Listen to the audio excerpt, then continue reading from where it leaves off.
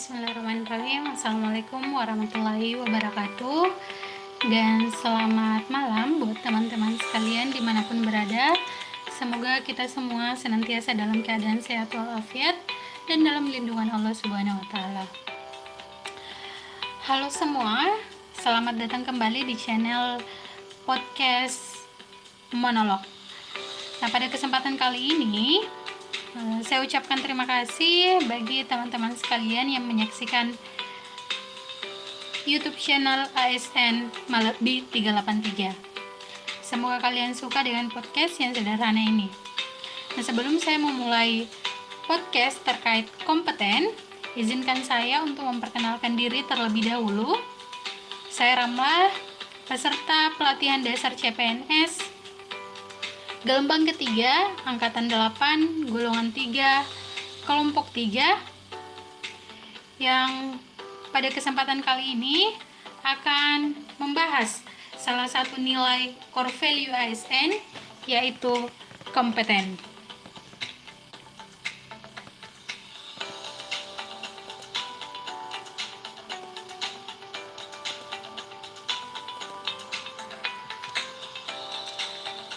Nah, kompeten. Apa sih itu kompeten? Kenapa dia dimasukkan ke dalam salah satu core value ASN? Nah, bangga melayani bangsa, ASN berakhlak. Ini ASN, kami terus belajar dan mengembangkan kapasitas melalui pengembangan kompetensi diri, membantu orang lain belajar, dan melaksanakan tugas terbaik demi memberikan pelayanan prima kepada masyarakat.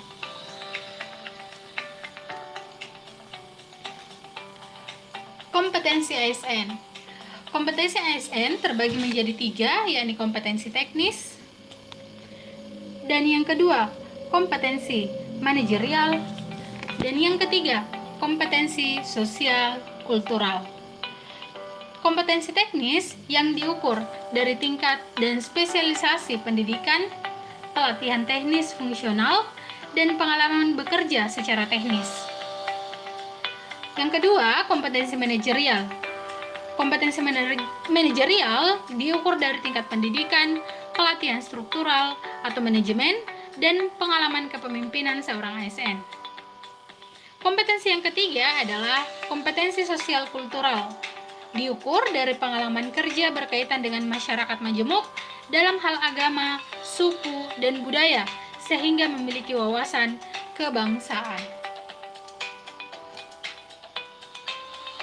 Nah, adapun prinsip-prinsip pengembangan kompetensi ASN ini dibagi menjadi 4, yakni yang pertama, upaya peningkatan kompetensi yang dilakukan organisasi maupun individu melalui proses perencanaan, pelaksanaan, dan evaluasi sesuai dengan kebutuhan organisasi dan pegawai. Yang kedua, setiap ASN memiliki hak dan kesempatan untuk mengembangkan kompetensinya sesuai dengan kesempatan yang disediakan oleh instansi. Yang ketiga, diarahkan pada pengembangan kompetensi sesuai kebutuhan jabatan, dan yang keempat, pengembangan kompetensi sebagai salah satu dasar dalam pengangkatan jabatan dan pengembangan karir seorang ASN. Jadi ada 4 upaya peningkatan kompetensi.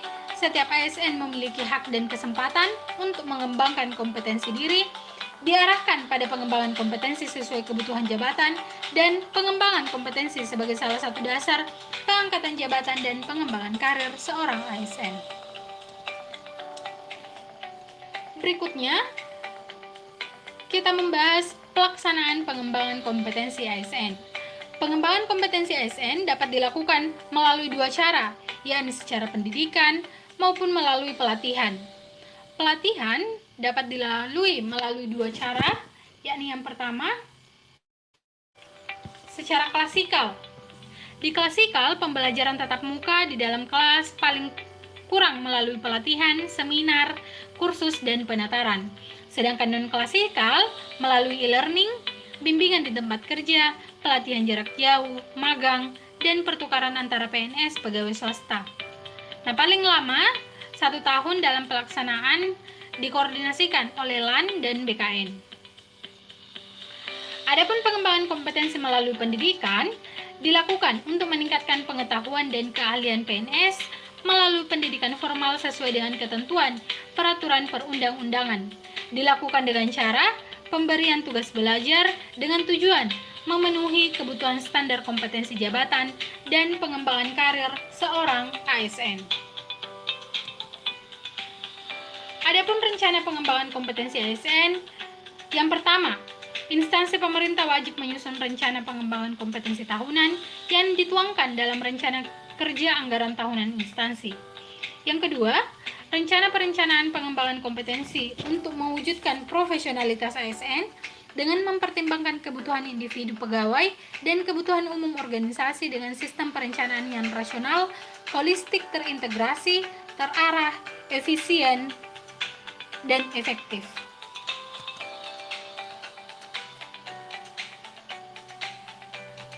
Poin berikutnya yakni meningkatkan kompetensi diri. Meningkatkan kompetensi diri dapat dilakukan melalui beberapa cara. Di antaranya, yang pertama, merubah mindset. Aktif meningkatkan kompetensi diri adalah keniscayaan, merespon tantangan lingkungan yang selalu berubah dengan paradigma learn, unlearn, dan relearn. Mengembangkan mandiri secara heutagogik atau net-centric, berbasis sumber pembelajaran utama dari internet, jembatan belajar yang lebih personal. Kemudian yang ketiga, memanfaatkan sumber keahlian pakar atau konsultan yang mungkin dimiliki unit kerja atau instansi tempat bekerja atau tempat lain. Yang keempat, atau yang terakhir adalah melakukan jejaring formal atau informal networking yang mengatur diri sendiri dalam interaksi dengan pegawai lain dalam dan atau luar organisasi. Membantu orang lain belajar. Membantu orang lain belajar dapat dilakukan dengan aktif dalam pasar pengetahuan atau forum terbuka, knowledge fairs and open forums. Kemudian yang kedua, memanfaatkan dokumen kerja seperti laporan kerja, materi presentasi, artikel, dan memasukkannya ke dalam repositori di mana ia dapat dengan mudah disimpan dan diambil, knowledge repositories. Yang ketiga, aktif mengakses dan mentransfer pengetahuan, knowledge access and transfer dalam bentuk melibatkan dalam jejaring ahli expert network, mendokumentasikan pengalaman atau pengetahuan, dan menuliskan pengetahuan bersumber dari refleksi pengalaman, listen learning. Yang keempat adalah sosialisasi informasi seperti morning tea, coffee seringkali menjadi ajang transfer pengetahuan. Nah, itu tadi poin atau tata cara membantu orang lain belajar.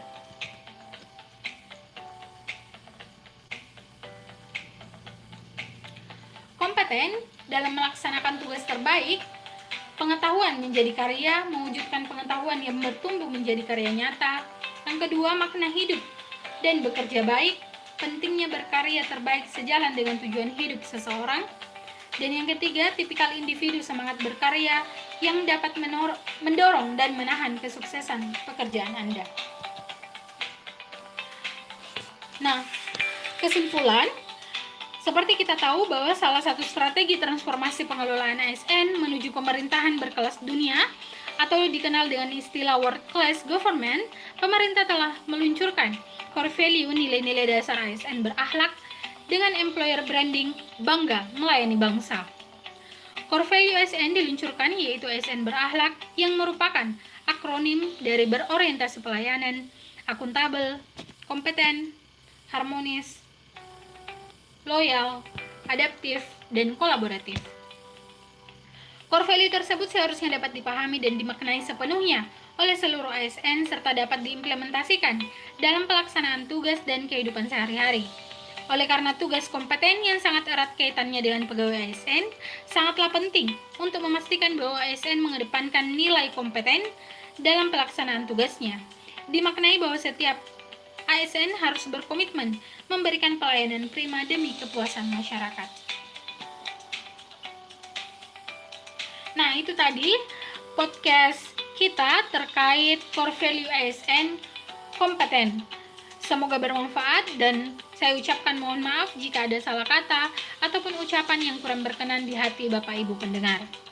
Saya tutup. Wassalamualaikum warahmatullahi wabarakatuh. Sampai jumpa di podcast monolog berikutnya. Bangga melayani bangsa.